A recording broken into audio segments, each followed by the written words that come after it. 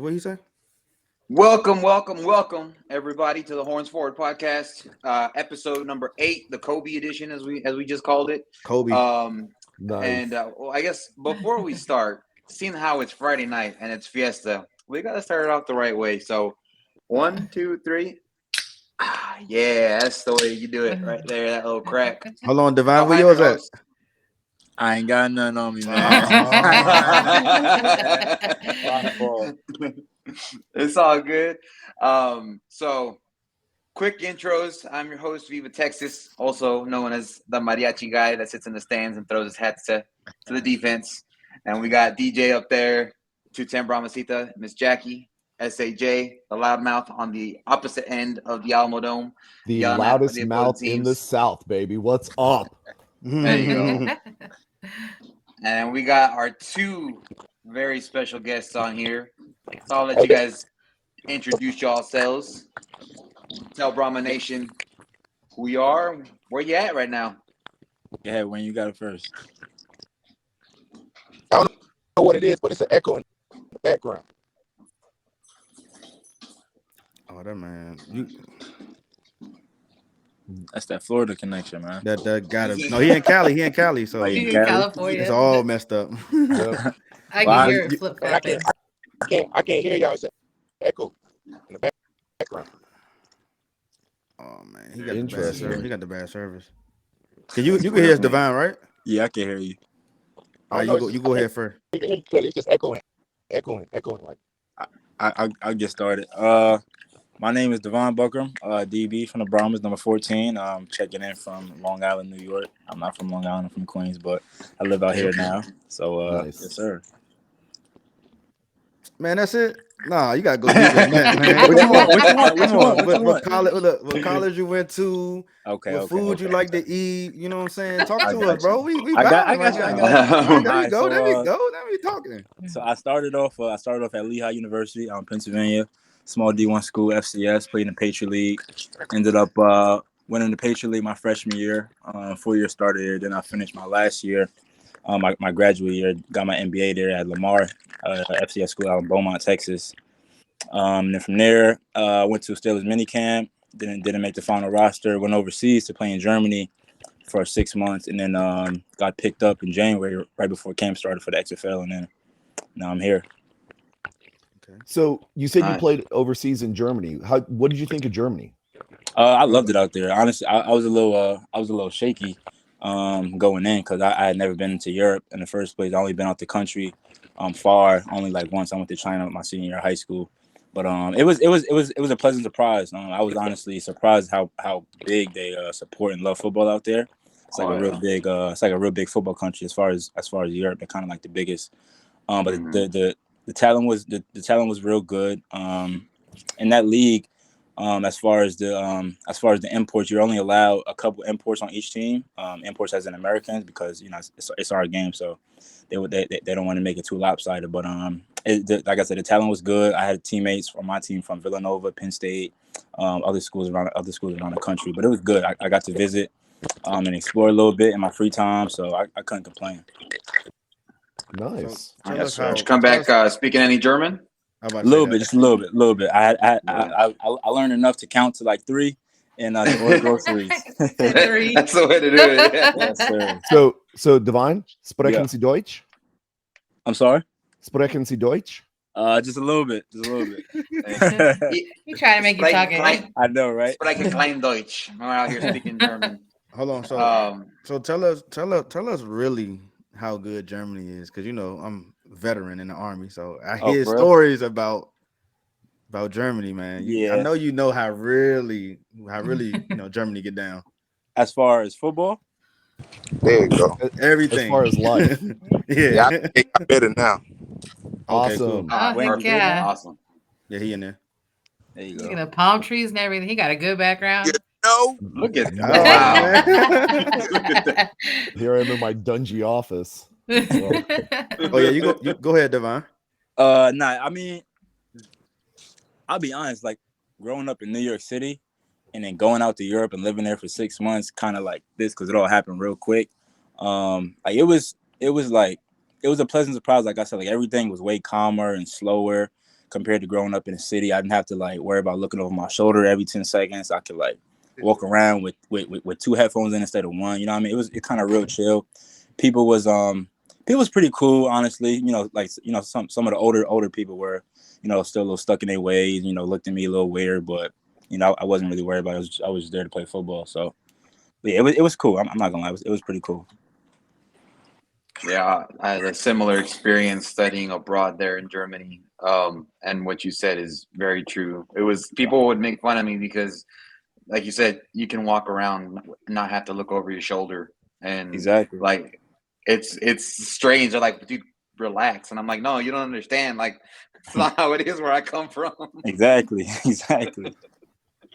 So, Dwayne Wallace, aka Trainwrecker, why don't you introduce yourself? Tell us a little bit about where you went to school, some of your favorite things to do. Just give us an opportunity to get to know you better.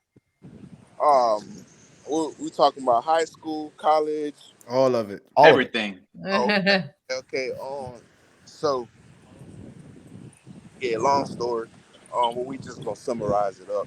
So, started.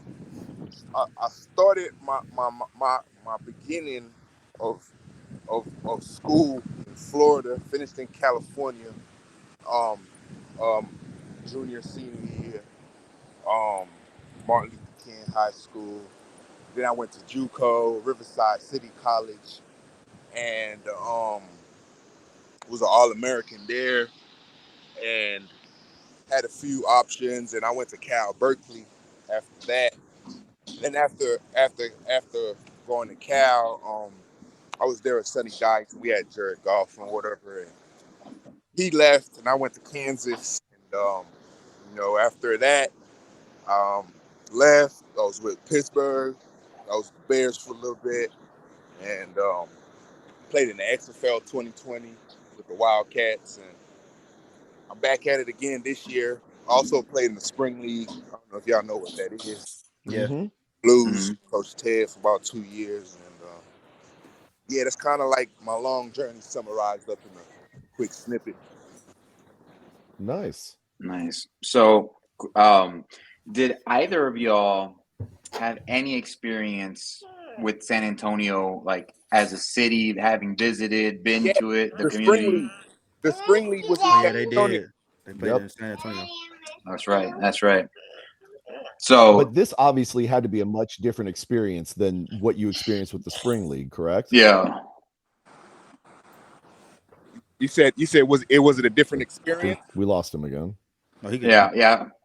Was it a different experience what you experienced with the Brahmas versus what you experienced with the Spring League in San Antonio?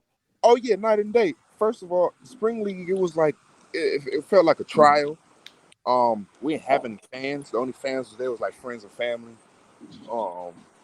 But it started in the Alamo Dome. You know, that's where the first Spring League was, and then the second one was in Houston. So every time just being back in that dome, I be telling myself and everybody who played, man, this is where it all started. Well, at least for the people who played in the Spring League, that's what it felt like. And the second year was in Houston, so it definitely different. Like, you know, it's fans now, and different environment, and everything's just different. Like it's just a different feeling, different atmosphere, different setting. So it's definitely a lot different. And what about you, Divine? Had you had any experience ever in San Antonio? Nah, not really. We my last year at college, we had played against UTSA, so I played my first game in the Alamo Dome. That was in September 2021. But outside of that, not really. So like I said, when we went for the game, we were only there for half a day or whatever. Right. Traveling, but getting to see the city. The 5 times we got to come down this year was beautiful. I love the city. Awesome. Yeah, and I can imagine that a 2021 crowd, given COVID, is much different than a 2023 for sure XFL crowd. For sure. So I guess when you guys first started the season, like what were your expectations going into it as far as the crowd in San Antonio and the fan base, and did that change at all after week 10? I guess either one of y'all can go first. Well, you got to answer that, bro, because you know. Yeah. Yeah, he wasn't in. He wasn't in. Nah, He I started got in you. DC. Dwayne started in DC. Yeah. I mean, I guess, I mean, during camp, I mean, I'll be honest, everybody was kind of just focused on making the team, learning the playbook and everything. But, like, you know, once we had finalized the final roster going into the beginning of the season, I can tell guys were, like, excited. But at the same time, it was a little uncertainty because, like I said, it's the first year of the XFL coming back. A lot of guys had never really played in San Antonio, but we heard that, you know, people love football out there. So it was kind of like, you know, we were kind of trying to see what was going to happen, but we kind of had a feeling it was going to be a good crowd. And then after week 10, you know, just being there for those 5 games, I'll be honest, like we as a team, as the players, we kind of felt bad, you know, having such good turnouts and then not producing the W's we wanted. Besides that one win against Orlando, but we could tell, like, you know, San Antonio definitely loves football, so we're looking forward to running it back next year. Let's go. Oh, I love that. Love that. And for me, I haven't been there that long, but I know the first game I definitely watched it, and man, it looked it live. Mm-hmm. Like I couldn't wait to play after watching St. Louis and San Antonio and stuff like that. Yep. And so when I got there, when I got there the last 4 games, and even though like it wasn't as much fan as it was when it first started, it was still fun. You know, people came out to support. People was there no matter what, and like, you know, that's what you need. That's what like make us as players care. You know, like you don't never want to disappoint people who come and, you know, show their support and stuff. And I feel like as long as we give it our all, you know, I feel like it ultimately it ends up working out. Obviously, we need some W's in the win column, and, you know, next year, like my boy said, man, hopefully we come back and not hopefully we gonna come back. There you And go. man. There you go. Let's That's go. right. There you go. Come back and get it, man. So definitely excited just for the whole future of the XFL and the city of San Antonio and what Coach got going on, and, you know, some of the players that coming back, and, you know, even some of the players that's leaving and going on. Like it was a good first year for everybody. Like everybody left off with a good taste in their mouth, you know. You know, because everybody got different situations. You know, some guys injured, some guys played, Yeah. some guys got fit. Right. Some guys ain't played in years, and Mm-hmm. man, it was just fun for everybody, from coaches to players, and, you know, sometimes it was some guys' first professional. It was some guys' first professional experiences as players and also as coaches. Mm-hmm. Mm-hmm. So it was a learning experience for everybody. It was fun for everybody, and I just feel like, you know, next year going to be better for sure, especially when we got a good amount of guys come back who already jailed before. Yeah. You know, just know what the expectation is and know what it takes to go out there and win, because winning ain't easy, man. It's hard. It's hard to get a W. Yes, sir. Oh yeah. Yes, sir. Okay. So what was y'all favorite moments? I know we got a question from one of the listeners, I guess watchers too. They asking what was y'all favorite moments of the season, man? So I guess Divine, we'll start with you, and then we'll go over to Dwayne. But Favorite moments. That's hard. I ain't even gonna lie. Like, even though, you know, our record wasn't what we wanted, I feel like a lot of guys had fun this season, and there were a lot of real, like, memorable moments. But I think for me was honestly getting that first dub at home against Orlando. Facts. There we go. Yes, that was the Yep. game. Hold on. So the Same way y'all thing. saying facts, it sounded like they was talking trash. Like, was that it? Say it again. I said the way. Everybody talk trash. Okay. Now we talking. Now we Got look. you. Now we potting. This is what I'm here for. Yep. Probably Not not yet. as much as Jay though. Jay talks. Word. He's on the away side, right behind the bench. So he's the Oh, one for that's real. Front You be row. chirping him, running huh? his Yeah, mouth. yeah, Oh Front row, yeah, he 50 gets yard them worked line. up. yeah. He gets them So- worked up. I do actually have a question about that, but we'll get to it after we answer DJ's question. Got you. Go ahead, Wayne. Me? Favorite Yeah. moment. Yeah. Favorite moment. Oh yeah, the same thing. Orlando, man, got to be first W. They gave us a good game. You know, we played even better, and you know, it felt good to be on the other side of the close wins. Mm-hmm. You know, the 1 point, 2 point, like you Yeah. know, and to do it at home. Mm. It was just so good, and you know, I feel like that's why that DC game hurt so bad because it's like, man, like you know, we put ourselves in great position, and you know, we just didn't come out with the W, and it's just like it's just kind of frustrating to know that the record is not the reflection of our team, Sure. and if you really sit down there and break down film and watch what's really going on, like we got some real good players on our team, and we just couldn't close, you know, just and we took that personal, and so like I just wish that you know, you can't do nothing about it. Like I said, I just got to the team. It's been dudes coming to the team all year and injuries, and you know, you can't plan for that, or you can't do anything about it. Yeah. You know. Well, let me ask you, how was it like playing for the legend, Coach Ward? Mm. And Look at Joey look at Porter look at too. While you're Divine. Look at at Divine. it. Oh yeah, and Joey Porter too. Yep. Yeah, I mean, I guess I'll start real quick. It was amazing for me. Like I said, I'm from New York, but I actually grew up a Steelers fan. I got a little Mm. Steelers stuff right here on me. But Look Oh at man. you know what I you. mean. So like growing up, you know, I always looked up to guys like Hines and you know all those guys, Joey Porter, everybody like that, TP. So when I found out, you know, I'm getting picked up by the Brahmas, and I'm like, wait, Hines Ward's the head coach. I'm like, all right, all right, all right. But it was exciting though. And I was just talking about this to my to my mom earlier. You know, Hines is like a real players coach. You know, he played in the league for a good amount of time, so he kind of knows everything that we go through. You know, he had already went through before, and you know, he's always looking out for us. He not gonna kill us in the practice field during the week and everything. He's real smart with stuff. So I mean, it was cool. And then as someone who wants to get into coaching, when I'm done playing, you know, he's definitely one of the guys I was looking up to, kind of just taking notes on seeing how he runs things in the team. So Yeah. Go ahead, Dwayne.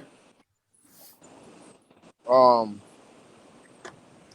Yeah. Like I wouldn't say I was a Steelers fan growing up necessarily, but I was a fan of Coach Tomlin, and like I said, I've been that was my second team I went to in the NFL, and the Pittsburgh culture is different, right? And just being there my short amount of time in Pittsburgh with Tomlin and see the way he do things and see the way they take their culture serious, like you could kind of see Coach Hines Ward's um, trying to bring that same culture to the Brahmas, hmm and you know, I just had respect for how like Devon said was how he go about certain stuff, and you know, take care of his players, being a player coach, and always making changes. You know, Oh yeah. like we made a lot of changes throughout the season to get better. Like, and to be honest with you, like even though our record don't show it, like that it really matters for the future of the program moving forward. And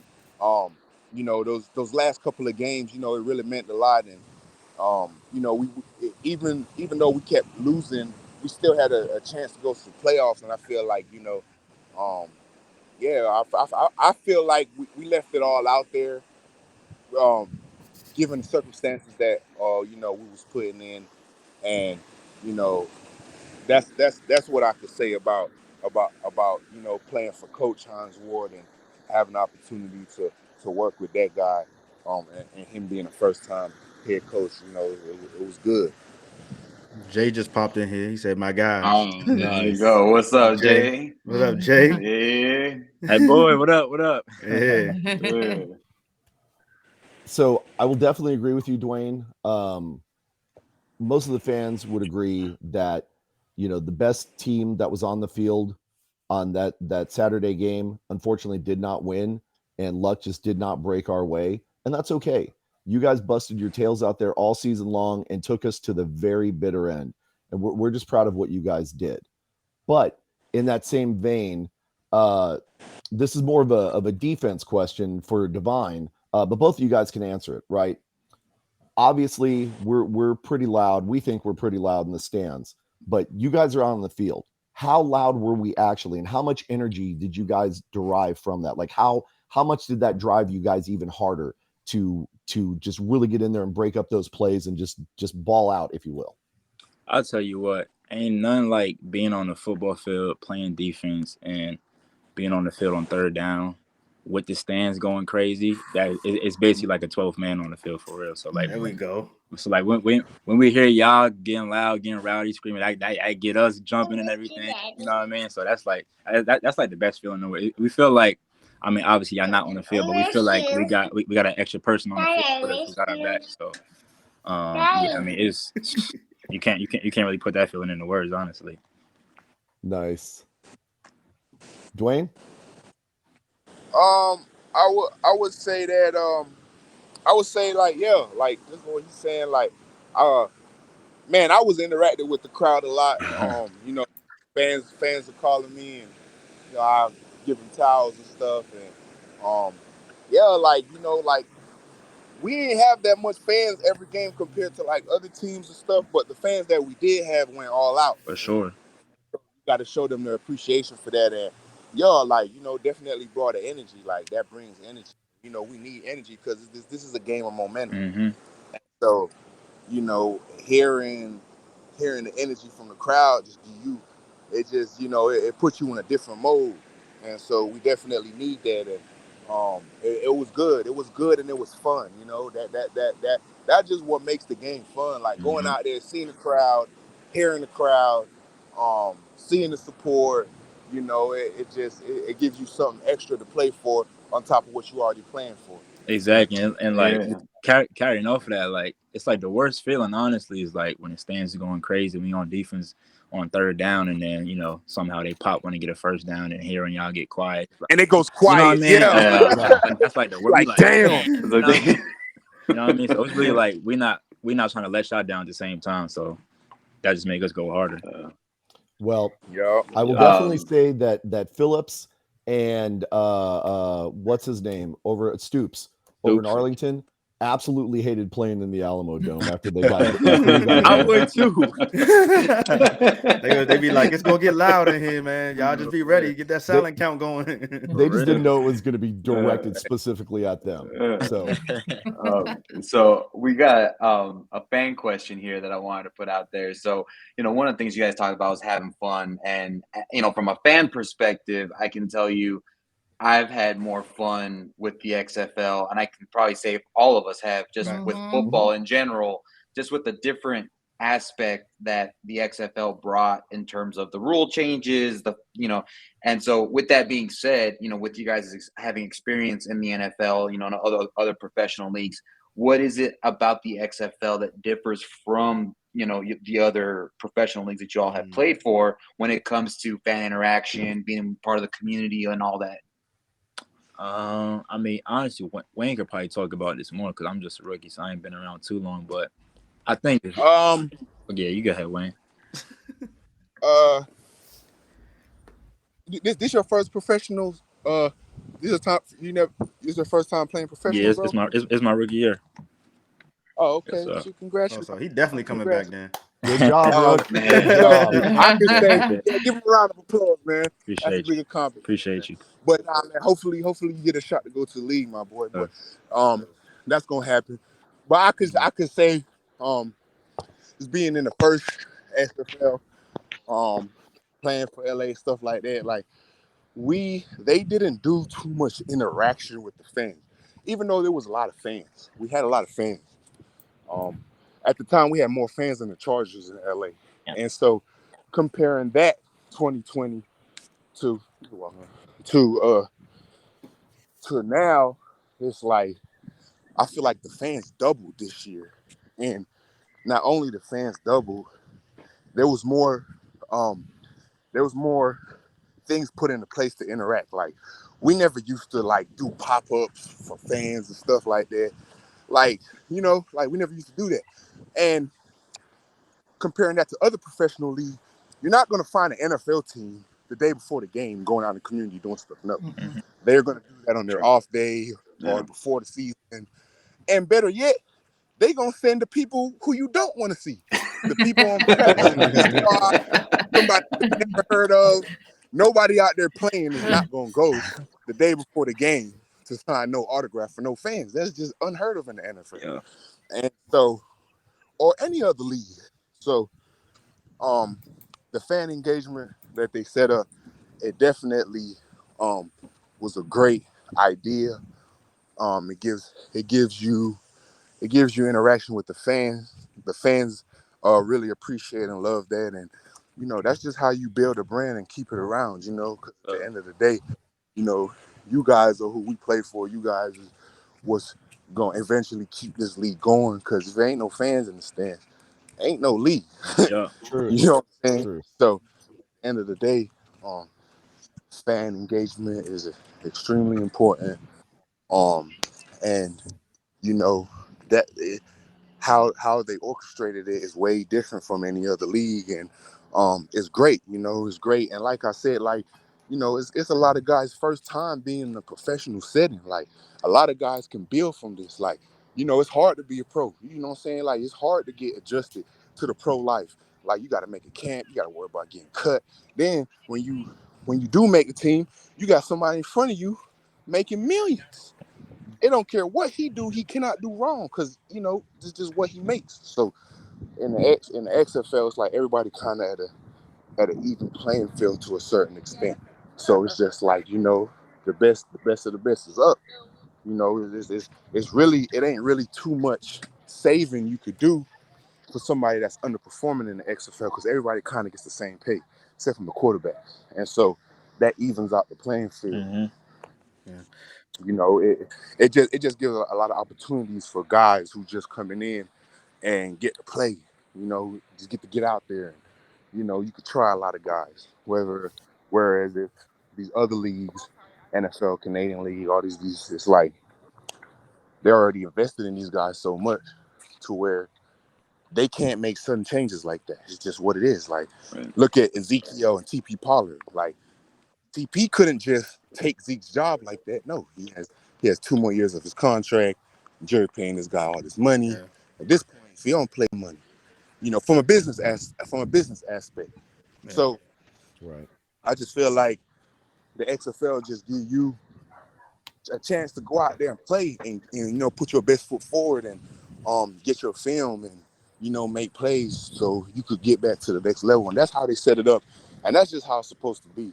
And that's what makes the experience from any other league different, if that makes sense.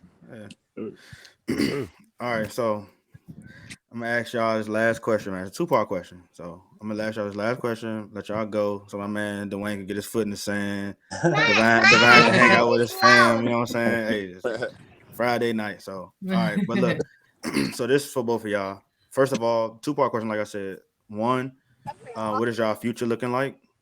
And then two, um, how is the XFL handling next season? Like as far as teams, and would you guys be like, are they gonna shake anything up, or are y'all just gonna come back on the same team? And what's the plans with that for the future in XFL? At least for me, I plan on kind of just staying home, just training and everything, staying ready and everything. And obviously, if I get a call opportunity to the NFL, I'm gonna take that. But as far as the XFL for next season, I'm not entirely sure because I'm not sure if the league itself is sure yet about how they're gonna keep guys or change guys with the draft and everything. But from what I heard, I think they're allowed to keep a few guys, maybe like 20, 25 guys for next season. And then obviously we got some guys who are going to get some NFL opportunities. And then obviously if they make the team, they go ahead in the NFL. But if they don't, they can bring those guys back. And then I believe they're going to be doing a draft again this coming October or November. And then Coach Ward also said that we might be having a mini camp coming down to San Antonio before training camp starts. So That's a nugget. That's a nugget. Dang. That's a nugget. that's It's You, gonna be a Dwayne? full training camp. Oh yeah, nah. Everything he said is it's the truth. The league is just they don't. I don't want to say they don't have nothing set in stone yet. They always trying to make stuff better and mhm. trying to like what I'm saying develop the stuff like that. So yeah, there's gonna be guys coming back. Some guys to the league, and they got to replace those guys, and so they got to have another draft, and some of those guys gonna be able to go, but everybody ain't gonna make the 53-man roster. Some guys gonna make practice squad. It's a lot of gray area, and so you're gonna have to have a draft, and pull out. Yeah, that's just basically everything that he said. That's where I see the future of the league. But I could say, based off of how this season went, there's going to be a lot of changes next year for the good, and I definitely do see a bright future.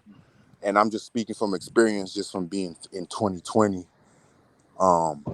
They definitely thought about most things this year, and so they took 2 years to get it started. So I don't think you could do any more thinking than that. So, What about for you? oh, me, as far I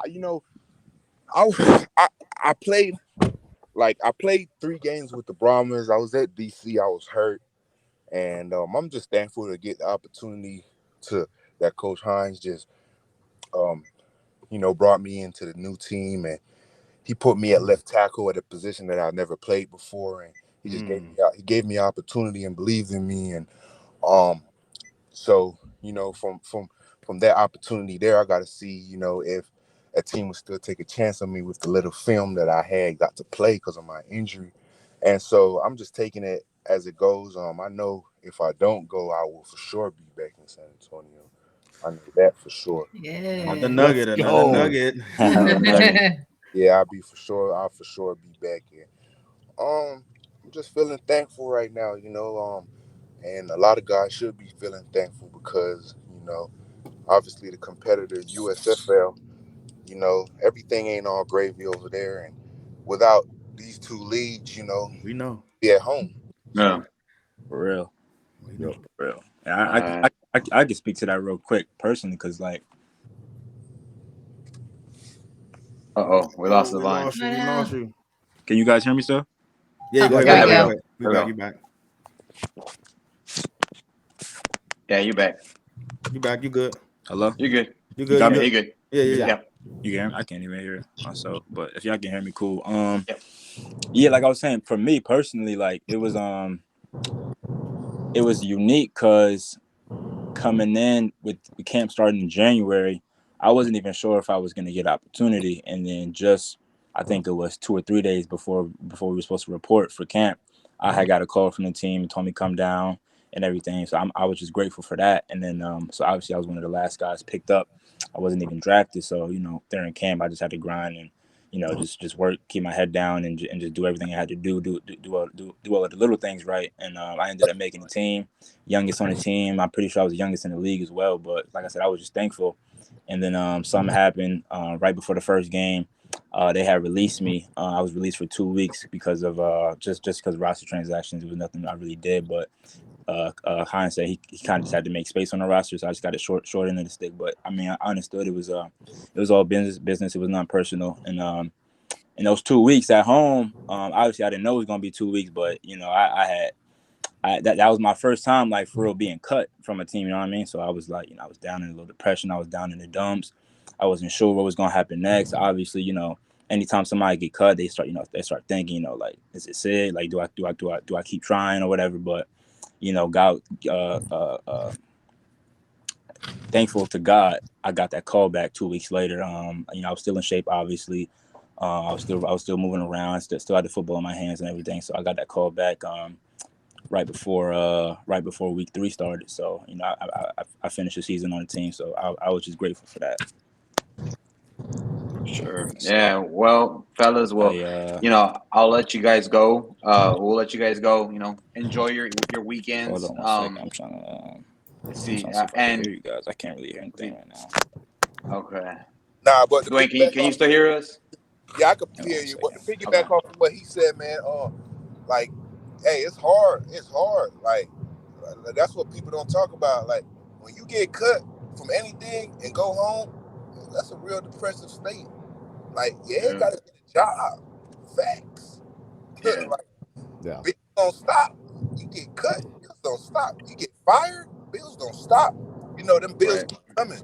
you get cut, them bills keep coming. And on top of that, like damn, football over. Like, man, it's just real. So, you know, my like my boy said, you know, them 2 weeks, you know, he probably was going through hell because I've been through that. Everybody been through that. There's no way that you can play professional football, no matter how, at the highest level that you playing, you're gonna get cut. You know what I'm saying? Yeah. You're gonna get cut. Like, that's just what it is. Like, that's just life of being a pro. And even vets in their later stage, they get cut. Like, you're not, you know what I'm saying? You're not in your prime no more like that. You know, you're still good, but you're not in your prime. At least the other people's views until you prove them wrong. And that's just what the sport is. You know, you gotta always show up. So being cut ain't nothing easy. So to be mentally locked in and go home and keep working out and having faith that you're gonna get that opportunity, that's big. And to get that opportunity, that's big. Yeah. Well, fellas, thank you so much for spending part of your Friday evenings with us. Yes, Dwayne, you. enjoy the Thank you. beach. Divine, go enjoy your family. And you know, as much as we like to get attached to the Brahmas, and we know and we understand that the XFL is a league that's purpose is to get you guys to the next level. So I really hope you guys get those calls and we don't see you back here next season. But if we do come back next season, just know you Hey, both be open welcome arms. with open arms. Open arms, baby. Yep. Right here, Appreciate guys. it, man. Yes, Thank you sir. for the season. It was Thank you. great.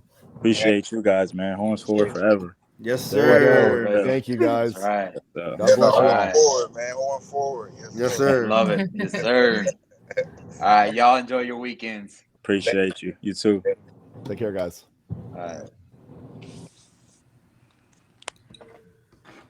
All right. So there we go.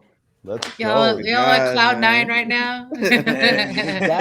That has me so supercharged for the next season. Like, I don't know how I'm going to be able to wait until the next season comes around. Like, I'm going to have to go out and just start screaming at traffic just so I can stay engaged. You know? You got to work out also those vocal cords. Yeah. You know, it's funny. I got all my friends talking about the NFL draft, and I'm like, I see. Can he be in the XFL? He'd be good for the Brahmas. Like, all I'm thinking about is XFL. Like, I already got my mind on February of next year rather than the NFL that's coming up. And I'm like, honestly, like I've said it from probably the middle of the XFL season. I've had more fun watching the XFL and experiencing it firsthand. Yeah. That I've honestly fallen in love with it much more than I have the NFL, even though that's the end goal for a lot of people. I personally, as a fan, I just have a lot more fun watching the XFL. And the games are also just more exciting, in my opinion. Facts. So let's bring up that last question that you just brought up about extending the season. Go ahead. Let's talk about that. So how would you guys feel about that if they extended the season, brought in more teams, maybe bought out the USFL and put fans actually in the stands? Like, what are you guys' thoughts on that? I think it'll eventually happen. Like, as far as the season getting extended and more teams added. I think The Rock was talking about, well, not just The Rock, but the ownership was talking about expanding the teams. I don't know if that's a rumor or whatever, but 2025 they was talking about that, but I don't know how legit that is. But I can see that happening. But there's a lot of stuff that got to go on right now that they need to take care of first. Right. So I don't think got a lot of loose ends. Yeah. I don't know how soon that will happen. I don't know if 2025 is too soon, but I mean, I would love it. I mean, anybody would love more football. I can see more than 10 weeks happening. So that's just me. You know, yeah, I well, go ahead, Jackie. No, I agree with what he says. You know, I think it's going to be just these teams for the next couple of years. It'd be nice in 2025, even if it's one or two extra teams, little by little. Yeah. I mean, I see maybe San Diego definitely is a place that is starved, that deserves a team. You got people saying Oklahoma City, Oakland, Salt Lake City. Like, there's a lot of places that are starved for football that would be great expansion cities. Now, as far as extending the season, I think they'd have to be really careful with that, because at the end of the day, the end goal is still to get to the NFL for a lot of these guys. And if you extend the season, that's also putting more wear and tear on these players' bodies, which can also harm them in getting to the NFL, because you got to, they're playing already 10 weeks. And if you're going to the championship, that's 12 weeks that you're playing. NFL season, regular season, 16 weeks. So at that point, add in, if you go make it all the way to the Super Bowl, if let's say you played from week 1 of the XFL, and then you got picked up by an NFL team, and you played all the way through to the Super Bowl, that's almost an entire year of playing football, and that's hard on the human body. Yeah. So, I think there has to be a good balance and a really good hard thought of if we're going to expand the games, are we going to have a bye week? Are we going to give these players a chance to rest a little bit? How are we going to do it so that we don't hurt that player 54 mentality, but still put out a quality product on the field? Which I think that is a ownership question that really needs to be thought about really hard before they decide, hey, we're going to play 12 games this year, as a regular season. Although, as much as I would have liked to see 12 games because the Brahmas were on the rise, we were this close.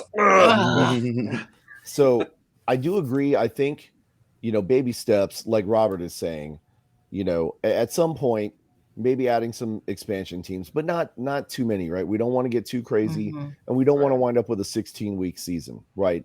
We want these guys to have game footage, maybe 12 weeks, probably about, kind of the absolute most that you would want to ask them. Again, with the playoffs and the championship game, you're adding 2 additional weeks, so that's 14 weeks. That really would be almost pushing it a little too far.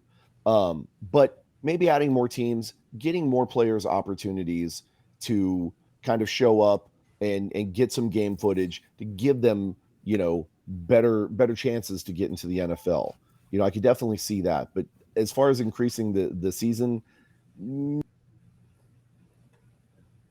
it's kind of a toss-up. I do agree, probably about ideal to get some film, keep these guys in game shape, give them time to rest and recover, and then be ready for the mini camps that start in what, July? June? Okay. June is the optional team activities that you don't have to go to, but it's kind of like if you don't go to those, they're kind of giving you like a stink eye, like why didn't you come, kind of thing. Yeah.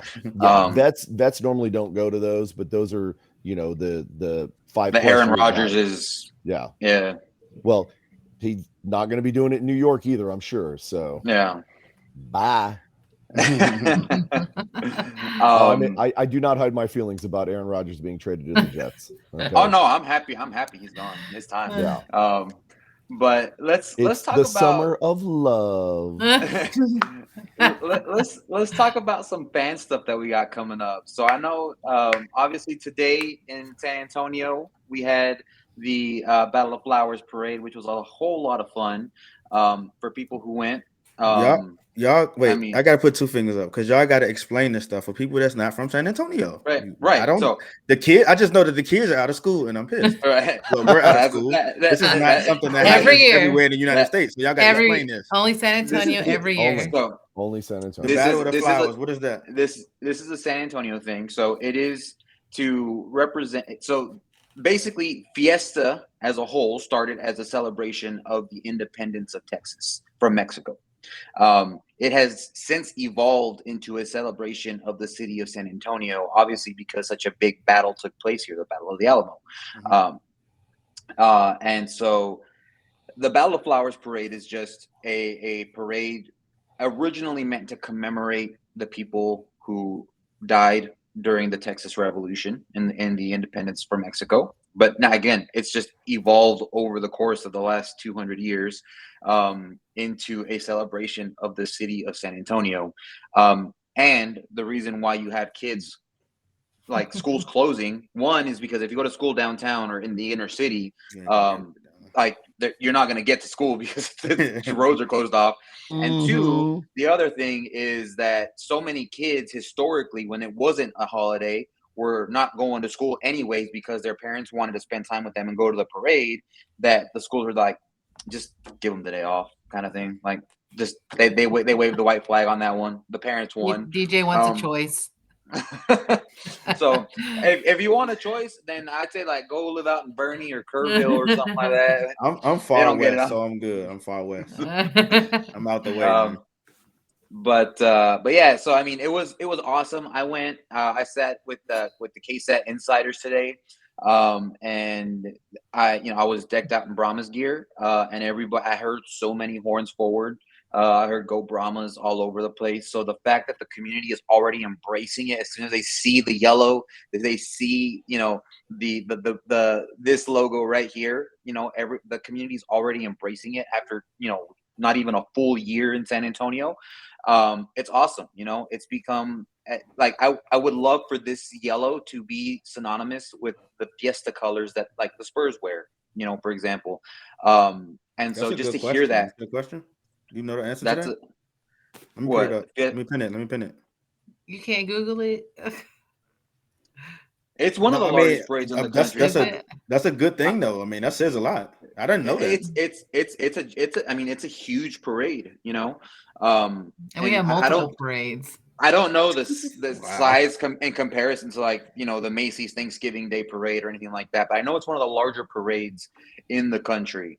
So with that being said, the Brahmas actually get to participate in the parade tomorrow, which closes out Fiesta, which is the Fiesta Flambeau parade, which DJ, for, just to give you a little bit of background on this one, this is basically the parade that ties the bow on top of Fiesta. This is the one that seals the deal, and once that parade is over, Fiesta's over. Well, at least until they stop serving alcohol. But yeah, so the fans, we're gonna have a couple fans that have been invited. Those of you who know who you are, we'll see you tomorrow. And be ready to be as rowdy as you were in the Alamo Dome and show the city, that even though our season didn't end the way we wanted it to, we're still proud and we're still very loving of the Brahmas, and that the fact that the XFL thought of San Antonio when they said, let's put professional football there. Yep. So, guys, I hate to be the bearer of bad news, but the Battle of Flowers parade brings in about 350,000 people. It doesn't even rank like top 15. Better than, hey, Well, it's big in it's probably the biggest one, maybe in Texas. 350,000 still probably is larger than That's most a lot. cities. That's a lot of people though. That's a lot of people. It is the biggest parade in San Antonio for sure. I agree with that. And probably one of the biggest in Texas. But yeah, that's probably what it's right. So the one that was today, is it normally bigger than the one tomorrow, or the one tomorrow is bigger? It could go either way. Roughly about the same. I mean, they're roughly about the same. The Battle of Flowers is special because, it's got the history behind it. It's a Friday. People take off work. Schools are closed. Stuff like that. It's during the day. It's during the day. And then the night parade, obviously, is at night. And it's a Saturday. So it's a little bit, more of a festive environment, because it's the weekend. It's a Saturday. It's at night. Sticks, lights, glow sticks. It's insane. Yeah. So I would say turnout wise, it's similar, but crowd wise, it's gonna be different. It's a little bit of a rowdier crowd because it's at night. It's a different so it's gonna be nice that the Brahmas get to be a part of the rowdy parade, knowing how rowdy we are as fans. So Jim, I will say it took me 45 minutes to get from Brooklyn and 37 today over to Houston Street. And it sure felt like the world's largest parade, having to drive completely around downtown just to try and get to where I was trying to go. So you got that part. Who, Robert? Yes. Man, anybody messing with Robert, man. It's Friday, Robert, man. Go do something. You were lucky we didn't ask the question he wanted. Which I'm not about to. I saw that. That's why I laughed. Robert, go ahead. Go in the basement somewhere, Robert. About the Alamo basement, yeah. Yeah. If they visited. 2 tours nightly, DJ. But I guess to summarize Fiesta, the parades, all that for you, Robert probably did have the best summary here. I'll put it up for you, DJ. It's evolved into puro pinche party, is what it is. Yep. So, which is why I say cheers to all of y'all. Viva Fiesta. And I'm wearing a hat on purpose because I still have confetti in my hair from all the cascarones that my son cracked on my head today. Crack them eggs. Nice. Yeah, cracked those eggs on my head. So yeah, that's why if I took off my hat and shook my hair, you'd see like colorful confetti come out. I'm just like, dang it, man. Maybe It's that's gonna what the be there. fans want to see. Well, maybe that's what you want to see. I got my headphones are securely on my hat, so it ain't happening. Oh yeah, so Jim right here. There This you is the go. largest illuminated night parade in the country. That I can which is probably see. the one tomorrow. There you go. Okay. I'm not even Yeah. going to challenge that. Yeah, so I believe Google you, that? Jim. You Googling it? yeah. Nope. I'm closing Google out. So another little extra surprise that we have coming up for you is we have some more special guests lined up in the next coming weeks. So Yes, you do. y'all Yes, you want to do. make Gotta sure wait. you continue to tune. Now we're not going to tell you who, just right away. We got So him. you're gonna have to. We got them confirmed. I'll tell you that. We lassoed them and bring them here. Last of them in. They may have left San Antonio, but the San Antonio, we're bringing them back in for y'all. That's for sure. So we do have some more special guests. Thank you, He Jim. cited his Thank you. work. There you go. Oh, look. You check this work, make sure it was right. But yeah, so we do have some special guests lined up, between now and the championship game, which brings me to my next point of the championship game. So, drum roll, My please. friend. so we are going to be teaming up with multiple podcasts from across the XFL, the X-Fan Legion, as they are known, for a super show the day before the championship. So on Friday at 6 p.m., we'll be broadcasting live from Alamo Can you Beer. please repeat that? I don't think they heard you. So we will be broadcasting at 6 p.m. live from Alamo. Start from the beginning. All the way from the beginning. At what time? 6 p.m. No, you got to start all the way from the beginning. What are we doing at 6 p.m.? We're having a super show. I'm just messing with you now at this point. Oh my God! Like you guys. So we are having a mega show. Yeah, we are having a mega Super show. mega awesome show With podcasts around the XFL. So this is going to be from big. all over the country. Yeah, So you guys have to tune in. Yeah, St. Louis is coming. Yes, they Houston's coming. Yes, they are. San Antonio obviously is going to be representing. Yes, we're going to they have some as many podcasts as we're reaching out to as many podcasts as we can that cover the XFL and inviting them to the Super Show. And we're all going to be in one giant room, and it's going to be one big old mess of fun. It's going to be one puro piche. There you go. There you go. There you go. Puro piche. You got to finish it though. Finish it, padre. There you There go. we go. Yes. Yeah, let's go. Hey, man. I hope There ain't you nobody go. watching it. No, that's the way you do it. That's the way you do it. And so with that being said, I told y'all I'm black. I'm black. Basically, are living in. Yep. Uh-oh, he got in trouble. So Go ahead, Jay. yeah, Go ahead, Jay. I was just gonna say, guys, definitely tune in. We've said this from the beginning of our show, right? This is all about the growth of the XFL, the fellowship, the camaraderie.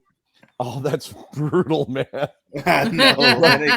They killing me. They killing me. That's good though. That's cool. It's all about us coming together as a fan base. So we definitely want everybody to tune in and hang out with us as we interact with fans from across the league, have a bunch of fun, maybe pick on Dirty a little bit, and just have a good old time. Okay, a lot of it. But just have a good old time, right? Because that's what this is all about, is getting together, hanging out with your friends, watching some football, talking a little trash, having a lot of fun. Yeah. There you go. And that's gonna carry us over into the next day, which is the actual championship game. Now, there's always a lot of people wondering, like, what's gonna happen? Is it just the game? Are we gonna tailgate? The Brahmas aren't there. The answer is yes. There is going to be a tailgate. Mm-hmm. I personally am catering a lot of things. Barbecue is going to be out there. There's going to be mariachis from 2:30 to 3:30. I basically want to make sure that we show the guests that we are welcoming from across the country. And also the world who will be watching, how good of hosts we are and why the XFL made the right choice. And not only putting pro football here, but choosing to put the championship game here. And so I know there's a lot that people have heard about the tailgate experience from San Antonio, and this is going to be their opportunity to live it. So the more people that we have out here, the better it is. Whether you Uber down, you want to do park and ride, whether you are coming in from out of state and you're staying at one of the hotels on the other side of the highway from the Alamo Dome, don't just come to the game and be there and then leave. Like, no, come out and be part of the community. Be part of the, at this point, it's not just be part of the Brahma community.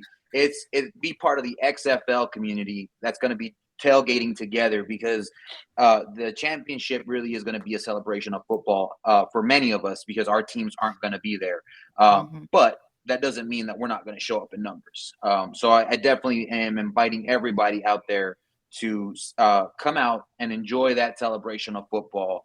And yes, there will be a tailgate. So don't be shy. Come on out. And for those of us who are Brahmas fans who have tailgated, it's going to be business as usual, open, sharing, all that stuff. So let's show our guests a good time. And for those of you who may not be from San Antonio, who are coming from out of another city or maybe from out of state, you guys are in for a surprise, because I guarantee you will not have experienced a tailgate like you do in San Antonio. Don't get it twisted. We buy tickets. Even though our team not in there, we buy tickets. We going to that game. San Antonio is going to be there. And probably, you'll see a lot the of bottom yellow. bowl. The bottom of the bowl is probably going to be a lot of San Antonio fans. So don't get it twisted. Oh, yeah. We there. Yeah. I'm there. So it's like I said, it's everybody a celebration of football. So this is actually a good question here, given that a lot of us obviously have our little things here. But are people that's a dressing up for the good championship question. game? That's a good question. So they don't get my horns. They don't get my horns. Those are just for my Brahmas. Period. That's the iconic horns of the Brahmasita. But it's just for my guys. It's my horns forward power for them. So no, I will not. No, because remember, tomatoes. I already said I'm bringing the sombrero. Okay. There's a reason why. And it should have horns on it. Oh, that's a good idea. Whoa! So you can dress up. You can dress up, DJ. Put some ears on. There you go. I'm just gonna wear my jersey. I'm gonna wear my jersey, man. I'm good. So, wear your away jersey. Yeah, I wear my. You can, because the team's away. I wear my away jersey. I don't have like a spectacular fancy costume, right? But I'm still going to show up in all my normal gear, right? And the reason why is because I'd want to make sure that even though there's two different teams on the field playing, I want to make sure that we're representing San Antonio in the one visible way that we can, right? Wear our colors, support our team, support the XFL in San Antonio and around the league, right? Because obviously we bought a ticket to get in there. But I'm going to wear my normal stuff just to show my support for the team, right? Would it be wrong to yellow out? I mean, I don't. It's our dome. Well, I mean, I guess question for you on that, Jay. Since you don't really dress up, but you show up with your mouth, is your mouth still going to show up to that game behind whoever you're sitting? Let's keep it PG. If Houston is on that side, you better believe I'm ripping it into them. Whoever's on the away side, they're getting it. That's again. If it's Arlington, destroy them. Oh, Arlington's not making it, so I'm not worried about that. Arlington's lucky they playing tomorrow. If it's Wade Phillips, destroy him. Caps lock. I'm just saying. No, if it's somebody from the XFL South on that side, I'm going to get my jabs in 100%. Right? They'll remember you next year. Yeah. Well, they're going to remember me now because they're going to walk out and they'll be like, "Oh, I remember this place. It's so nice." And then they're going to hear, "Wade Phillips, you're old and fat." And then they're going to be like, "Oh, God dang it, he's here again." You know? So 100%, I'm going to represent our team. So. Yeah. No, and I'm the same. I have made the decision that El Mariachi will not be making a full-on appearance. Now, I may wear a T-shirt of the mariachi. My sombrero will. I'm definitely not going to get thrown to anybody. But the traje is reserved specifically for our Brahmas, and I'm going to keep that stance. And as are the boots, which my feet are going to be very happy. But so I'm not dressing up. I mean, if people want to dress up, by all means, go ahead, go wild. Just know that a lot of us probably aren't because we reserved that for the Brahmas games, which and especially for me next year. I saw the proofs for what my next suit is gonna look like for next year, and it is wow. I was like excited when I saw LFG, it. let's go. Yeah. So again, super show the day before at 6 p.m. at Alamo Beer, but we will be broadcasting through all of our normal channels, and then tailgate for the championship. And like Donna said, it's going to be catered by my boy Orlando and his Texas barbecue. And he's very gracious to be coming out again and serving up the fine people of the XFL nation some wonderful Texas brisket that I know y'all can vouch for. And then we're going to go and celebrate football. We're going to go and have a good time and celebrate football inside the Alamo Dome as a family, as a community, and whoever wins, congrats to them. But San Antonio's winning it next year. Calling it now. Let's go. Let's go. You going to close us out, Jackie? #facts. No, you can do it. You nominated You can do me. it. No, you go ahead, Jackie. Go ahead, Jackie. Well, that's a wrap. We're not doing it. We talk a lot. So you guys got to do it. Thank you guys. Thank you everyone for watching. We're Episode 8. Episode 8. Thank you, players, for showing up tonight. Yes, sir. And continuing the show. We love you guys. Thank you for everything you've done. And Jackie, as always, period. We out. Horns forward, everybody. Let's go.